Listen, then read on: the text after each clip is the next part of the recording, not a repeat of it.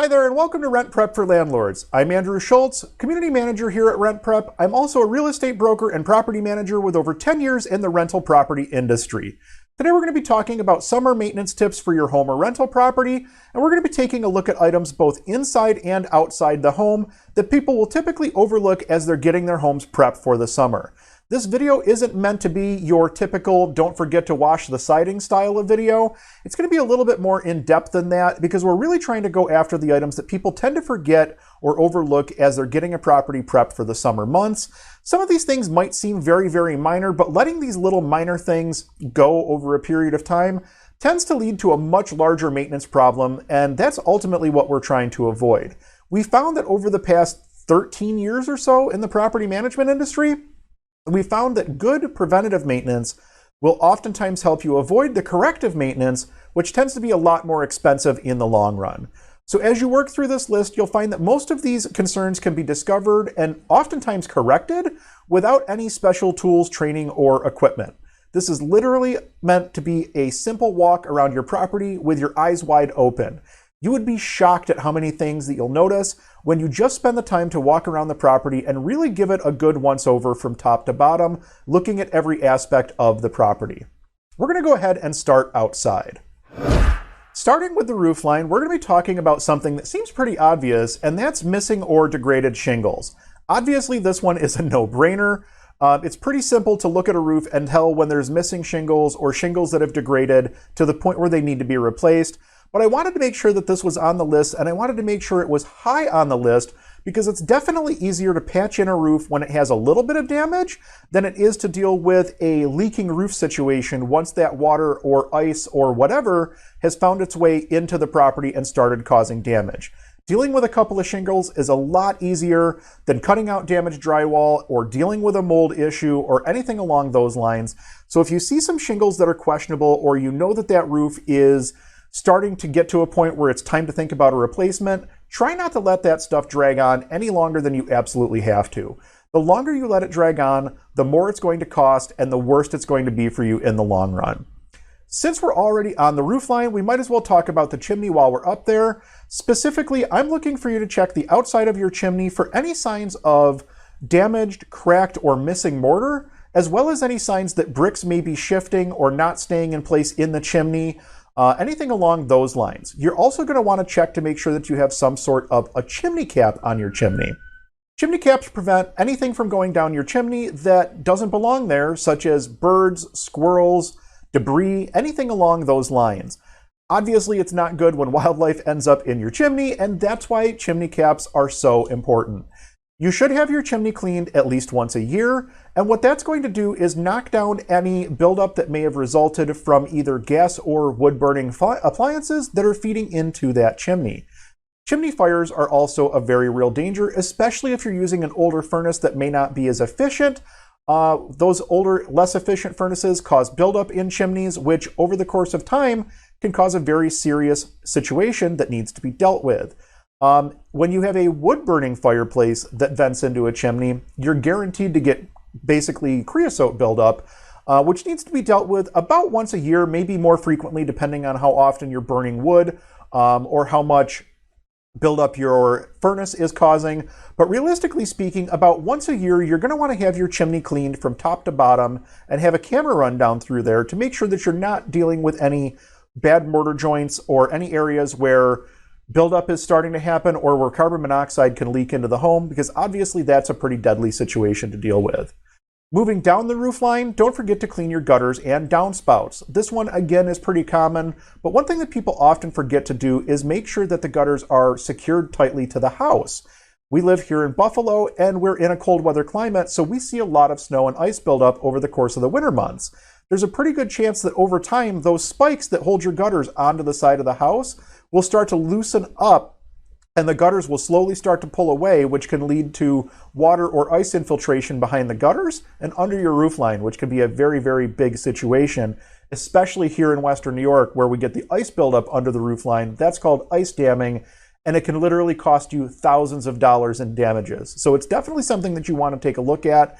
Make sure during the summer months that your gutters are clean and that they're nice and tight to the property so that you don't have water getting places where it's not supposed to be. once your gutters start to pull away, you're going to wind up with a bigger and bigger issue as a result of that water not flowing away from the property, but instead dropping right next to your foundation wall. I see people will clean their gutters, but sometimes they don't check the downspouts. And when you don't check the downspouts, occasionally you'll find that, hey, that downspout is actually obstructed. You can't get any water through it. So you might spend all that time cleaning your gutters out, but if there's something that's caught in that downspout, you're just going to have overflowing gutters all over again, and all of that water is going to wind up right next to your foundation line. So what I'm saying here is that the entire gutter system needs to be looked at to ensure it's clear of debris and that the water is actually flowing where you want it to. In some areas, that means that you'll have a downspout extension, basically a leg that comes off your downspout at the end where the water will drain to grade. And in other areas, that means that you're going to need to run your downspouts into some sort of either a storm sewer or a bubbler system, depending on the area that you live in and what the local building requirements are in your area. While you're examining your downspouts to make sure that the water is flowing where it's supposed to, it's also a good idea for you to check the grading of your land around the property to make sure that everything grades away from your foundation walls. You don't ever want water sloping in towards your foundation walls. What you want to do is make sure that everything at your property grades at least slightly away from the property. This is something that's very easy to resolve just by bringing in some soil to backfill the area around the property and making sure that everything just grades away from the property. It's that simple. Typically, you don't need to make huge adjustments here, but you may have some areas around your home where the ground has settled or something has been dug out and removed, maybe an old plant or something like that, where the ground has been disturbed, and you may just need to backfill in a few little areas to prevent water from backfeeding towards your foundation walls. Looking at the exterior walls in general as you walk around the property, you should be looking for any signs of damage or deterioration or even significant wear. This is a good opportunity to check out anything like brick mortar joints or cracked vinyl siding, deteriorated wood siding that's in need of replacement or painting, cleaning, whatever the case may be. If you have any exterior vents that come out of the property, this is a great opportunity for you to check those as well to make sure that you don't have any debris inside of them. As you're working your way around the outside of your home, you may find areas that have degrading paint that need to be taken care of. You could also use varnish as an example here. I think that varnish tends to last a little bit longer than paint, but either way, over time, paint and varnish will deteriorate, and you're going to need to throw another coat on or sand it down and refinish it, or whatever the case may be. As paint and varnish start to deteriorate, the real risk here is that the material underneath the paint or the varnish becomes exposed, which could lead to moisture infiltration over the course of time. And really what you're trying to do is avoid any situation where water or rodents or anything like that can find their way into your home. Keeping that stuff outside is obviously critical to making sure that your home doesn't rot, doesn't deteriorate, doesn't fall apart. If you have a home that has a basement or a crawl space with an exterior access point, it's a good idea to make sure that all of your basement windows are secure and that your access points, whether it be like a scut door, a crawl space door to get into a crawl space, or if you have a set of Bilco doors, whatever, to get down into a basement, you want to make sure that there are no gaps around any of those areas where either weather or rodents could find their way in. Especially during the colder months, it's very, very important for critters to find a warm place to live. And it's very, very important for you as the property owner to make sure that they don't take up your home as their place of residence. Your basement or crawl space could very, very easily become the home to a critter just by having a little bit of a gap or an area where they can find their way in. I mentioned brick and mortar joints a couple minutes ago. Depending on the style of home that you have, depending on the style of foundation that you have, you should probably be checking your brick and mortar joints along your foundation walls as well to make sure that you don't have an area where a little rodent can find its way in. Keep in mind that it doesn't take much space for a mouse to squeeze through and find its way into your basement, and now you have a whole new concern that you need to deal with. This is also a good opportunity for you to check on your air conditioning system while you're in the basement. Something that's very simple to do that many people overlook is taking care of the compressor on the outside of the property. Really, all that you need to do on the compressor outdoors is basically just spray it off with a hose. What you're trying to do is clear off any debris or buildup on the exterior coil of the compressor, because that is basically where all of the heat gets dissipated that gets pulled out of your home. So that heat gets basically piped back to the compressor, and dispersed out of those coils and out to the atmosphere. So if there's a bunch of debris, for instance, cottonwood trees will clog up an air conditioning compressor super quickly. All you have to do is just spray the cottonwood off of it, and that gives the compressor the ability to breathe again. It gives it the ability to let that hot air out into the atmosphere and continue to cool your home efficiently and effectively. If your unit has all that dirt and debris built up on it, it makes it much harder for the compressor to actually do its job. It puts more strain on your system. It makes it less effective. And when that heat can't escape, your unit has to work harder, and it's less efficient as it's struggling to get rid of that heat. So this is one of those things, it's super simple to take care of with just a hose and water for the most part, and it'll help your system operate a lot better when all is said and done. Be careful that you aren't damaging the outside coil with too much water pressure or aggressive scrubbing or anything along those lines. You really only need a hose and water in most instances. You should be able to do it with just that. If you're using a power washer, you're going to cause damage. I actually wrote into the script here that you would be risking damages, but I'm changing that on the fly. You will cause damage if you try to use a power washer on your air conditioning compressor. Please don't do that. You're going to cause a lot of issues if you do. Stick with the hose, you'll be just fine. Don't forget to go inside and change the filter in the furnace at the same time that you do this.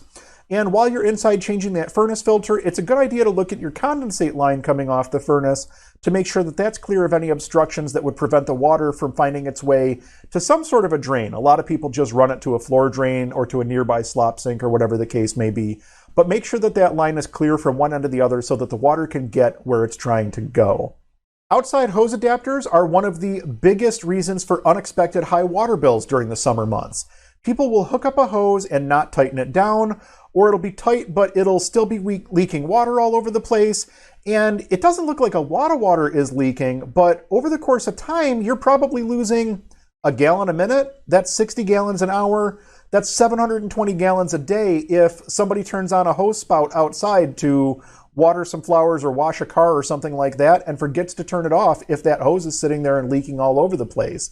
All of a sudden you get to the end of the month or you get to the end of the quarter and you wind up with a water bill that's several $100s more than what you were anticipating simply because somebody forgot to turn the hose off. The simple repair for this is obviously to wrap everything with some sort of a plumber's tape, which would prevent the water from finding its way out of the hose and thus prevent you from having water all over the place. It basically stops up those leaks. That's a pretty simple one, and that's definitely something that anybody can do with just a few minutes and a couple dollars worth of plumber's tape. If you have a sprinkler system in your yard, now is an excellent time for you to check that system as well to ensure that it's watertight and that you don't have any broken lines or leaking fixtures anywhere inside the system. Just like we talked about with the outside water spout, it's important to make sure that your sprinkler system doesn't have any leaks in it because those can be absolutely devastating to your water bill.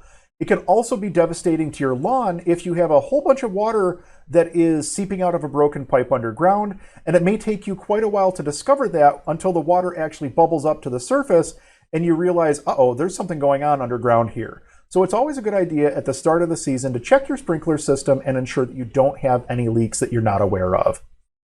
Chances are you're also going to be looking to do some gardening to spruce up the exterior appearance of your property a little bit.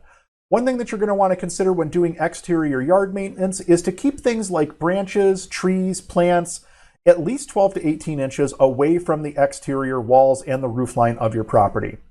You may even want to consider a little bit larger gap if you live in a cold weather climate. Or a climate that has substantial winds. And the reason for that is obviously that winds can catch tree branches and slam it against a roof line or slam it against the side of a property and cause damage. Same thing with snow. Heavy snowfall can cause branches to bend or sit against the property or against the roof line, which in turn can cause damages. So it's a good idea to make sure that you're keeping all of your plant life at least 12 to 18 inches away from the side of your property. You want to keep that air gap between the house and any plant life because that also helps to keep down any mold or mildew from growing. Basically just allows airflow around the property and makes everything a little bit easier to maintain. If you have vines on your property, you're going to want to keep them in check. Vines can cause substantial damage to structures once they start to grow up the side of a building because they can grow through the tiniest of cracks, the smallest little areas, and find little crevices and slip under siding or slip around wood framing, things like that. It can be incredibly, incredibly damaging to a property when you actually have to remove these vines. And personally, I would eliminate any vines from growing on a property at all if possible. I understand that it can look very pretty, but oftentimes the amount of damage that vines do simply cannot be undone easily, and it's just oftentimes not worth it to run that risk.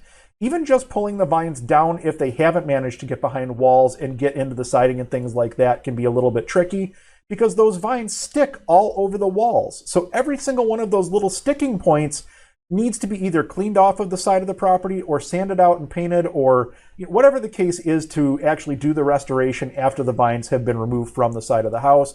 The bottom line is vines can be very, very damaging, and the best option is to just eliminate them the second you see them.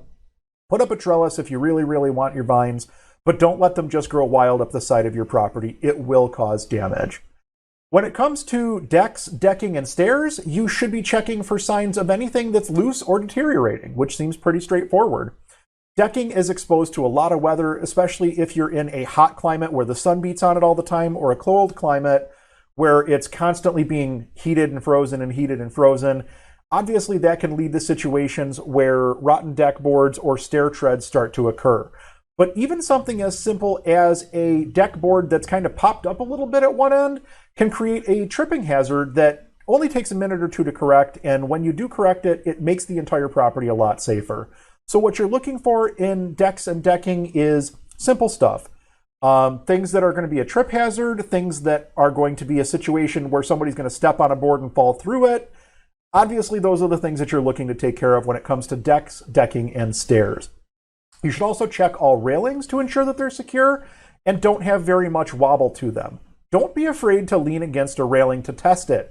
If you're not willing to lean against the railing, if you don't think that that railing is going to hold you, that railing needs to be replaced. The entire point of a railing is to stop someone from going over the top of it in the event that they fall against it. So if you grab a railing and you can wiggle it back and forth, or you don't think that that railing would stop you if you fell on it or stop someone else if they fell on it, it needs to be repaired or replaced. And this also goes along for stair rails. Your local building code will be the place to check as to when you need to install a stair rail, how many railings or how many steps you have to have before you need a railing, how high they need to be, how far apart your balusters can be on the railing, etc., etc. Your local building code is going to be the area that you want to check for that. In most areas, it seems that if you have more than 2 rises in a stairwell that you need to have a handrail. But again, you're going to want to make sure that you check your local building code because that's what's going to dictate what you need in terms of rails, railings, balusters, things of that nature. Don't forget to take a look at the thresholds between the outside and the inside of the property. The outside portion of a threshold sees a lot of weather, and when you're looking at decking and looking at stairs, it's very natural to look at that threshold between the outside and inside of the home to make sure that there's no weather rot or anything along those lines, and to make sure that it's in good repair and does not need to be replaced. Finally, on the outside of your property, don't forget to check your concrete and your blacktop for any signs of cracking, pitting, holes, uneven areas, things of that nature. One of the most commonly forgot about maintenance items on rental properties is ensuring that blacktop or concrete is in good repair and has been properly sealed. The properly sealing part of it almost nobody ever seems to do. A pothole in your blacktop driveway or a cracked and shifted concrete pad can easily become a trip hazard that could cost you substantially if someone is injured as a result of it, especially if you were aware of it and didn't do anything to correct it. Some concrete and blacktop repair can be done DIY style, but for larger jobs, I would certainly recommend contacting a professional. So there you have it, a list of uncommon household maintenance items specifically targeting the outside of your home as you get it ready for the summer months. Tune in next time as we talk about interior maintenance items that are uncommon and often overlooked, and we'll help you get your home ready for summer in style. Did we miss anything with our exterior tips? Is there something that you'd like to add to the list? Drop us a comment down below and let us know. If you have an idea for a video topic, we're always looking to bring you content that's of interest to you. Drop a comment down below and let us know. Don't forget to like and subscribe. I'm Andrew Schultz with RentPrep.com, and we'll talk to you soon.